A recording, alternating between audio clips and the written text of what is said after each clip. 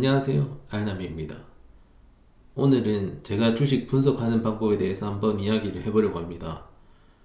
제가 제일 먼저 보는 것은 이 회사가 어떤 사업을 하고 있는지 보는 것입니다.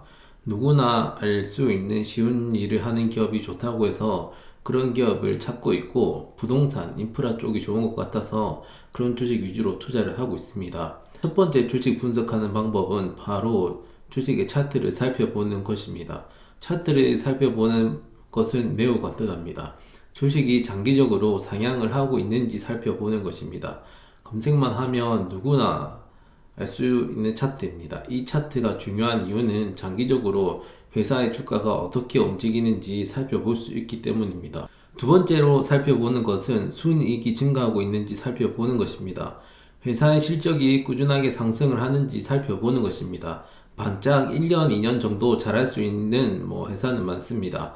하지만 긴 시간 동안 순이익이 증가하고 있다면 그 회사의 어떤 부분을 잘하고 있기 때문이라고 생각이 되기 때문입니다. 그래서 그것에 대해서 더 정확하게 알고 싶다면 회사의 재무제표 등을 살펴봅니다. 세 번째, 배당금이 증가하고 있는지 살펴봅니다. 저는 배당금 투자를 좋아하기 때문에 배당금이 증가하는지 살펴봅니다. 배당금 증가가 중요한 이유는 장기간 보유했을 경우에 배당 수익률이 증가하기 때문입니다. 현재 배당 수익률은 5%이지만 10년이 지나고 20년이 지나고 길게 본다면 배당 수익률이 10%가 넘을 수도 있기 때문입니다. 메인스트리트 캐피탈의 경우에는 2024년 대비하여 2022년에 배당금이 30% 상승하였습니다.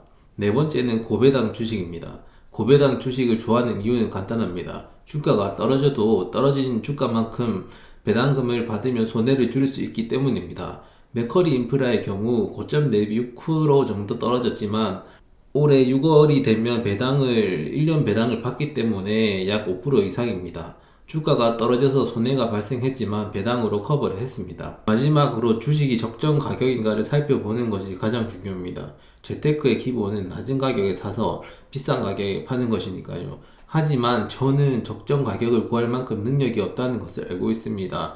그래서 장기적으로 우상향하고 있는 종목은 매수해서 장기 보유하는 것으로 투자 방향을 정했습니다.